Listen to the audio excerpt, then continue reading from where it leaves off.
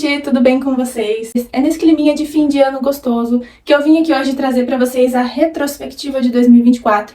Tudo que eu li / estou lendo a partir de 2024, algumas coisas aí vou ter que levar pra 2025, mas tá tudo nessa pilha aqui, então um pouquinho maior que eu só, tá? Eu não vou ranquear esses livros do pior pro melhor ou vice-versa, mas vocês vão ver que eu escolhi 3 favoritos aqui desse ano, que assim, ganharam meu coração demais. Então acompanhem até o final do vídeo para vocês saberem quais são. Além dessa retrospectiva de leituras, vão acontecer outras aí durante a semana. Para você não perder esses conteúdos, não deixa de se inscrever, curtir e comentar aqui embaixo do vídeo. Comenta aqui pra mim a sua melhor leitura de 2024, tá? Que eu adoro pegar essas indicações, já vou colocar na minha lista aí pros próximos anos também. Bom, vamos lá pro início da pilha. Comecei em janeiro lendo O Deus das Pequenas Coisas, da Arundhati Roy. A história se passa na Índia de 1969. Aqui a gente tá acompanhando a história de 2 gêmeos de 7 anos, Estha e Rahel. Não sei se é assim que fala, tá? Em indiano. E aí, eles tentando ser crianças em meio ao caos, em meio à ruína que é a família deles. É uma família muito complicada, cheia de altos e baixos, como qualquer outra família. Mas eles tentando passar por isso e entendendo que as coisas boas estão nas pequenas coisas. Gente, esse é um livro lindo, maravilhoso. Eu dei nota 4,5 pra ele, tá? Só por conta de alguns fatos aí no meio, mas é de longe um livro muito bom. Se você gosta dessa trama de dramas familiares, traumas, tragédias, enfim, esse é o livro. E conhecer mais da Índia também foi muito bom.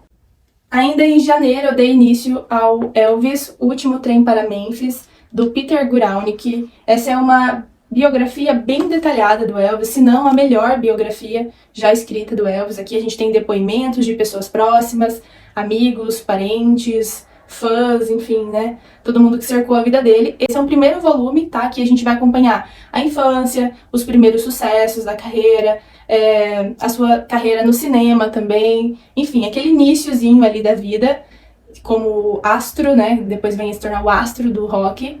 E aí depois tem um segundo livro também que continua essa biografia aqui. Eu tô lendo bem calmamente, tá? Agora estamos aqui nessa parte, porque aqui no canal tá rolando o projeto de leitura que eu faço a narração, faço um resuminho do livro, faço uma narraçãozinha para vocês conhecerem também um pouco dos fatos curiosos aqui que trazem nessa biografia. E aí, se você gosta de conteúdos como esse, vou deixar o link aqui em cima para você acompanhar. Dei nota 5, esse aqui é meu favorito de longe, Elvis pra sempre comigo aqui, ó. Continuando em fevereiro, esse é o Vozes, do Arnaldur Indridason.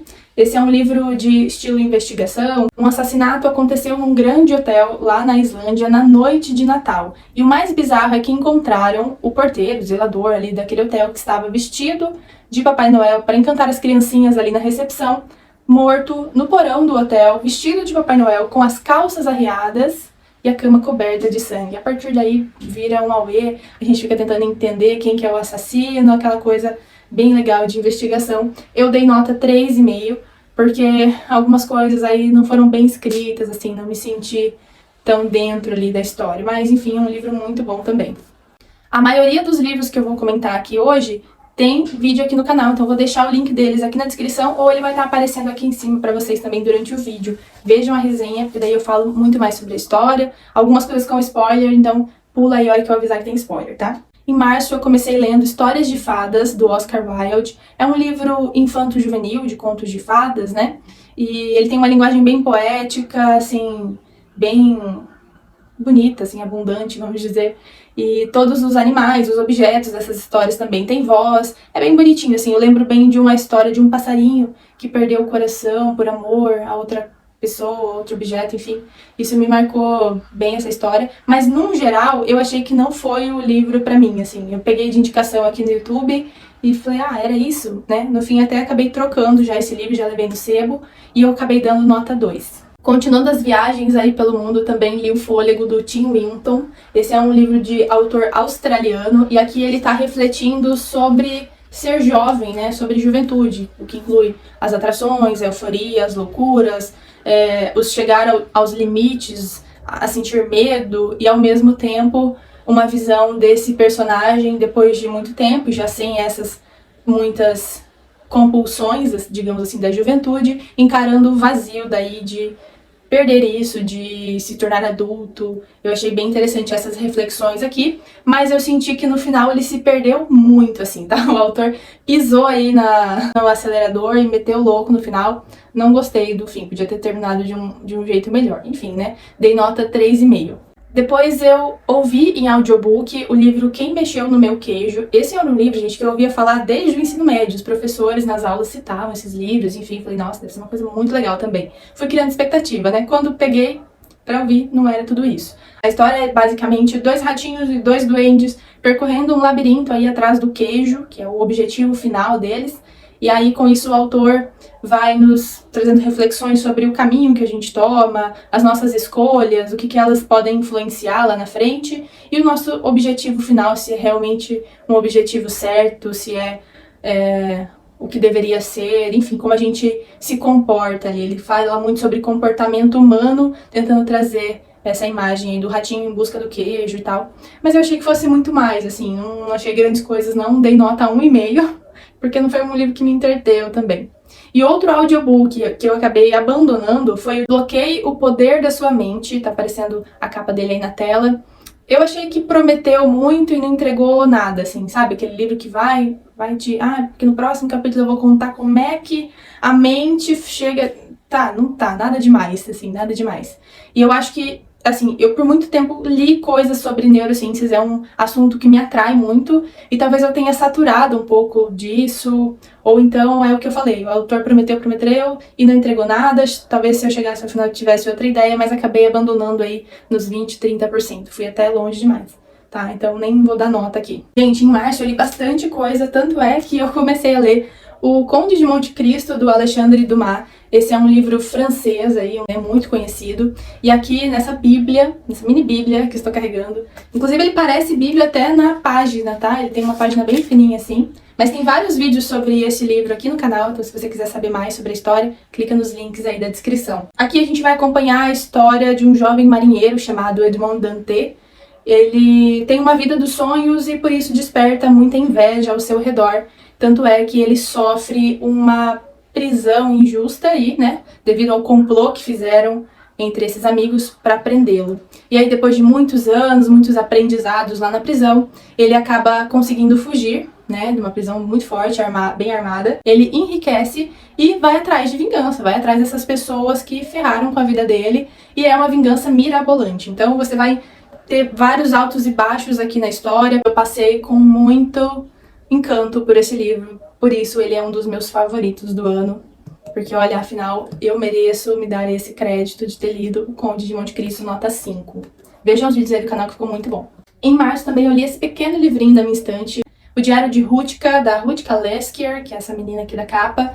Ele promete ser algo como o Diário de Anne Frank, que eu nunca li, e a Rutka ela tem muita personalidade. Aqui no livro a gente tem páginas do diário dela contando como é a vida dos jovens judeus na Polônia em plena Segunda Guerra Mundial. E como eles vão vivendo e acreditando de um dia após o outro, essa coisa assim. Eu acho que ela tem uma personalidade muito melhor que a Anne Frank, talvez, mas uma pena que muitas páginas do diário dela foram perdidas. Então a gente tem várias páginas arrancadas aqui. Eu gostaria de ter visto muito mais sobre a Rutka. E para ela não teve medo ou sentir alguma ponta de esperança, para ela só teve os campos de concentração lá, Auschwitz. Ela não teve muito tempo aí para viver. É bem bonito, inclusive no final tem um pós-fácil aqui, bem tocante, assim, que vai colocar a gente em meio àquele turbilhão lá que eles estavam passando. Metade do livro a gente tem o diário e a outra metade a gente tem um contexto histórico, assim, mas bem bonito, vale a pena ser lido. E é um livro que ninguém fala muito, então tô dando a minha ponta aqui para vocês. Leiam esse livro. Bom, em março também eu comecei a participar do projeto da Tatiana Feltrin de leitura literária da Bíblia. A minha edição da Bíblia é a Ave Maria. A Ave Maria é a mais popular, eu acredito, das Bíblias aqui no Brasil. Também é a primeira Bíblia a ser traduzida para o Brasil. No momento eu tô ainda no Antigo Testamento, segundo o livro dos Macabeus, tá?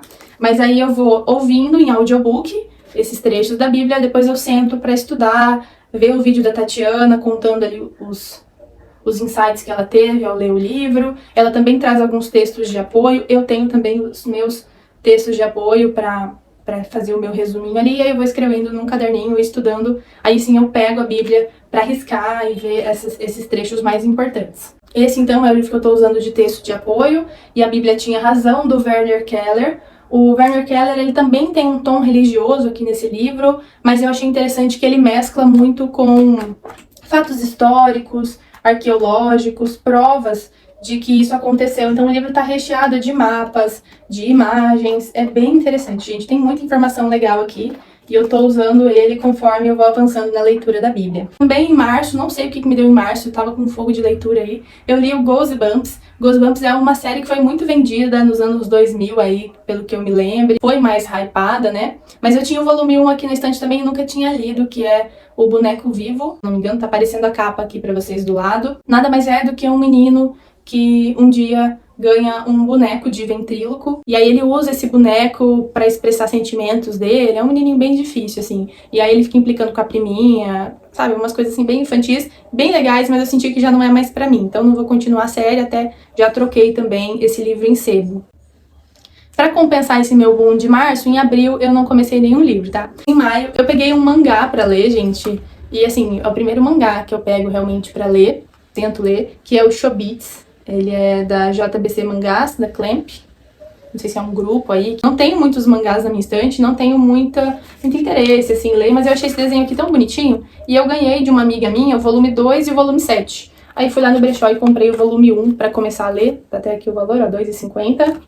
E é uma história bem bacana, é um menino que vai pra Tóquio, pra capital, pra poder estudar, entrar na faculdade, mas ele tem que trabalhar a maior parte do tempo pra conseguir se sustentar lá. Ele não tem dinheiro pra nada além de comida e moradia.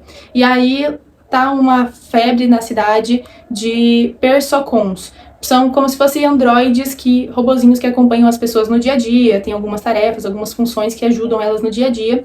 E esse menino não tem dinheiro pra isso, né? Mas um dia ele tá andando na rua e encontra um androide desse jogado no lixo. É uma androide bem bonitinha, essa menina aqui, ela só tem uma orelha estranha ali, de duende, não sei.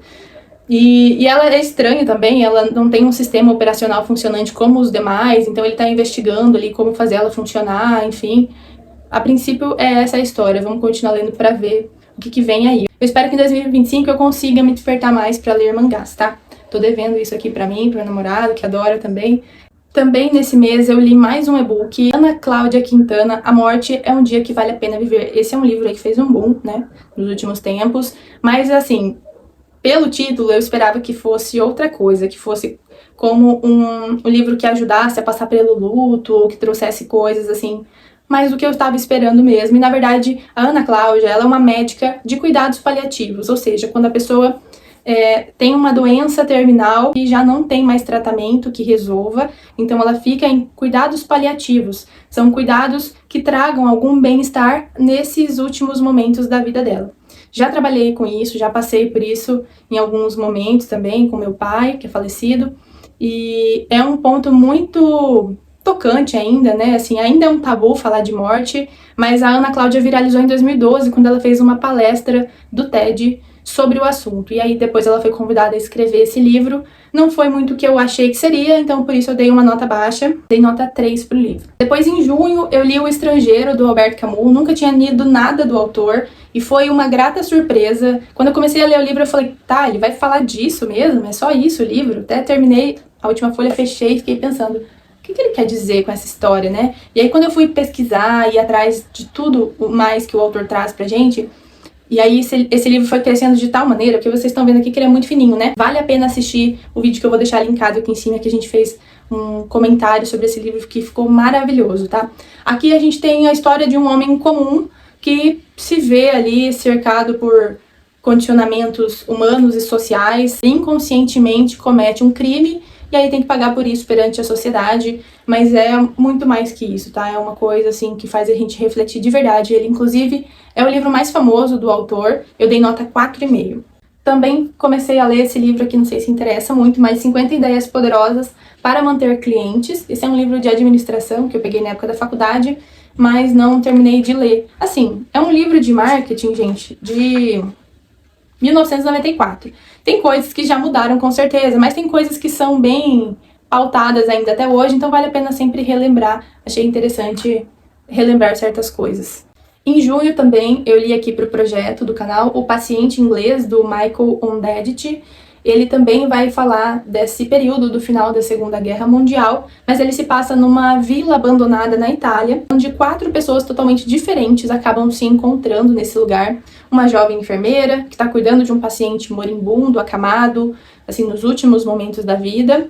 Esse paciente sofreu um desastre de avião, então ele não perdeu a memória, ele não sabe de onde veio, quem ele é, enfim. E a gente tem também um soldado indiano que foi lutar na guerra, e um ladrão que na verdade se tornou depois da guerra um herói de guerra.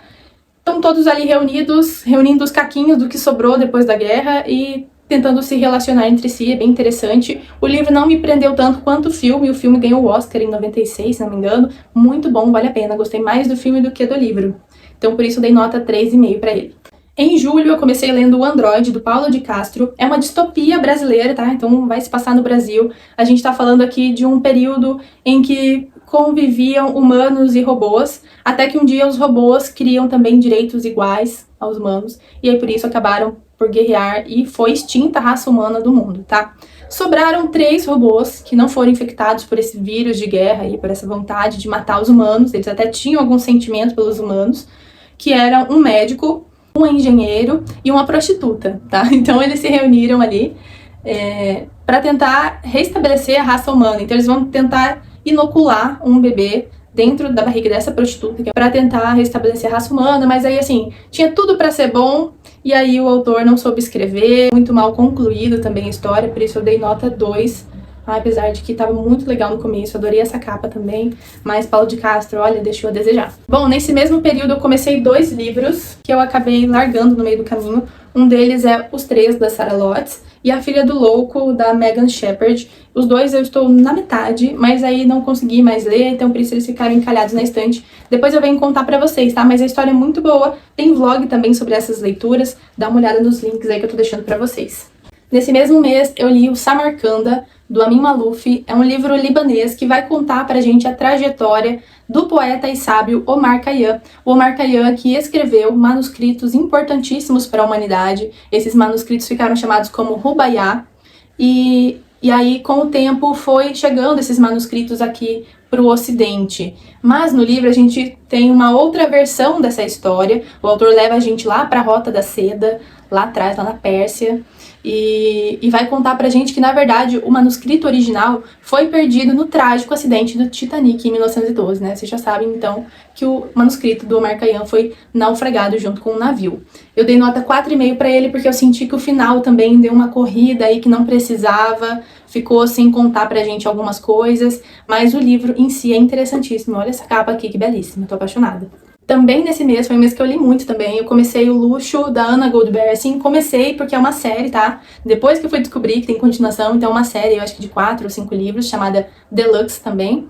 E é como se fosse um Gossip Girl de época, gente. Tem bailes glamourosos, esses vestidos magníficos, jovens da alta sociedade, intrigas amorosas, triângulos amorosos, intrigas, assim, inveja, sabe? Bem gostoso de acompanhar.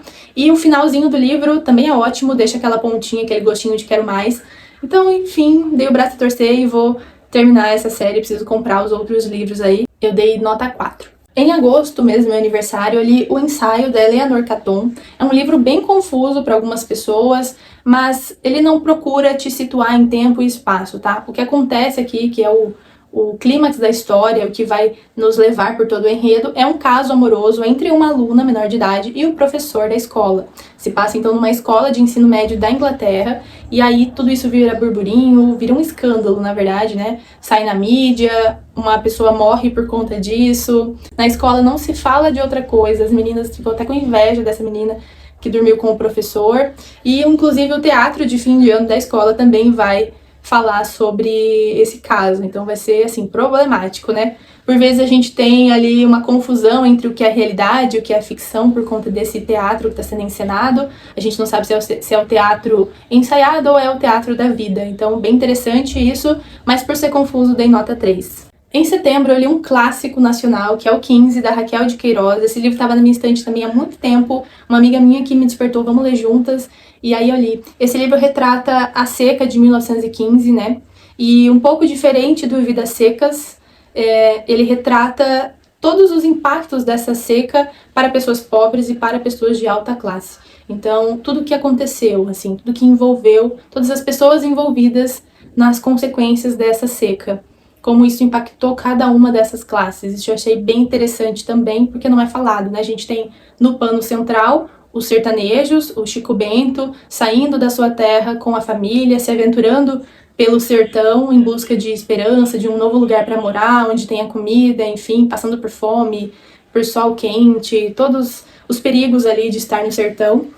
E a gente tem também o romance entre os primos Conceição e Vicente, que já são de alta classe e que já tem uma condição ali, por vezes até chegam a ajudar esses sertãozinhos que estão saindo aí do Ceará. Acho que assim, esse livro me tocou no mesmo lugar que já estava ferido de Vidas Secas que eu li no ano passado. Então é como se ele pegasse o dedo e enfiasse lá naquela ferida, tá? Doeu do mesmo jeito. Dei nota 4,5, muito bom esse livro. Depois, em outubro, eu li outra facada no meu coração, que foi O Azul Entre o Céu e a Água, da Susan Abuljala. Gente, que história incrível. Esse também é mais um dos favoritos do ano. Aqui a gente está acompanhando uma família na Palestina em 1947, em plenos ataques da faixa de Gaza. É uma família muito peculiar, os Baraka, eles têm dramas importantíssimos e dificílimos, tá? Mas aqui na parte central da história a gente vai acompanhar diversas gerações dessa família de mulheres. Mulheres imperfeitas, mas muito fortes, corajosas, resilientes, que davam o sangue, ali davam o nome pela família. Então, gente, é uma história incrível, incrível! Não dá pra parar de ler, a escrita dessa mulher é maravilhosa, eu quero ler tudo que ela já escreveu. Por favor, leiam esse livro. Não preciso nem falar, né? Nota 5. Estamos chegando ao final do vídeo. Se você ainda não curtiu, curte aqui, tá? Tô deixando ótimas indicações pra vocês adicionarem também as suas listas de favoritos aí da vida. Então leiam esses livros que vocês não vão se arrepender. Em novembro, eu li O Fundamentalista Relutante, do Mohsin Hamid, essa capa horrorosa mesmo, tá? Aqui a gente vai acompanhar um estrangeiro paquistanês chamado Changes, que vai morar em Nova York, e lá ele tem um bom emprego, uma boa vida universitária e ótimas oportunidades, bem visto lá até no país, né? Mas tudo muda quando acontece o ataque das Torres Gêmeas, e aí os Estados Unidos começam a culpabilizar os paquistaneses e toda essa região aí do Oriente Médio. Então, ele passa a sofrer assédios lá dentro do país, né, discriminações, e aí ele volta para o país de origem, mas um certo dia ele se encontra com um jornalista infiltrado lá na cidade dele, Lahore, e eles topam tomar um café ali, conversar, contar da vida dele. Esse livro ele é estranho, gente, por um certo ponto. Aqui ele tá conversando com esse jornalista, mas é como se fosse um monólogo. Só ele tá falando, o jornalista tá ali só ouvindo, ou a gente não escuta a voz do jornalista, é só ele, fala da vida dele. É bem interessante, diferente de tudo que eu já li, mas por ser um pouco, assim, chato, perturbador de acompanhar, eu dei nota 3,5. Comecei em novembro e ainda estou lendo Dom Quixote, o Dom Quixote de la Mancha, do Miguel de Cervantes, nesse texto integral, que é uma bíblia também, né? A gente começa em novembro, vai até março lendo esse livro, tive que estender o prazo aí, porque as pessoas estavam loucas atrás de mim, a Lu, aumenta esse prazo, a gente não vai conseguir ler, é muito denso, e realmente vai ser bem interessante. Se você quiser acompanhar, ainda dá tempo. Eu mando sempre o PDF dos livros por e-mail, deixa o seu e-mail aqui que eu já te coloco nos grupos, e te mando esse livro também pra você ler com a gente. Um clássico, né? Não deveria nem ter que explicar Dom Quixote pra vocês, mas a gente tá falando aqui de um fidalgo empobrecido, meio lunático aí, que começa a ler muitos livros de cavalaria, e aí ele quer se tornar um cavaleiro errante pelo mundo. Ele chama um amigo dele pra ser o escudeiro, o coitado do Sancho Panza, e aí os dois saem aí pelo mundo buscando aventuras, uma mais doida que a outra, tá? Bem interessante, muito cômico, mas mesmo assim a leitura puxa um pouquinho mais, tá? Não tenham medo, venham ler com a gente. Dom Quixote já tem um vídeo falando sobre dele aqui no canal, não deixe de assistir. Por último, e não menos importante, comecei agora em dezembro a ler o Depois daquela Viagem, da Valéria Piazza Polizzi. Esse livro faz parte do projeto de 2025, tá? Eu tô me adiantando aqui na leitura porque eu não consegui aguentar, já comecei a ler agora em dezembro mesmo. É o diário de uma jovem que, muito jovenzinha, contraiu AIDS, e o que isso impactou na vida dela, como isso fez ela se enxergar. Uma biografia muito bonita, uma autobiografia muito bonita, porque aqui a gente tá falando da própria autora do livro. Eu acho que vale a pena ser lido, ainda não terminei de ler, mas fica aí para as leituras de 2025. Recuso, gente, a pegar essa pilha aqui na mão, que tá muito pesado mesmo, tá? Eu espero que vocês tenham tido boas leituras em 2024. Quero muito saber quais foram os melhores livros aí do seu ano. Um beijo pra vocês e até o próximo vídeo do canal. Tchau!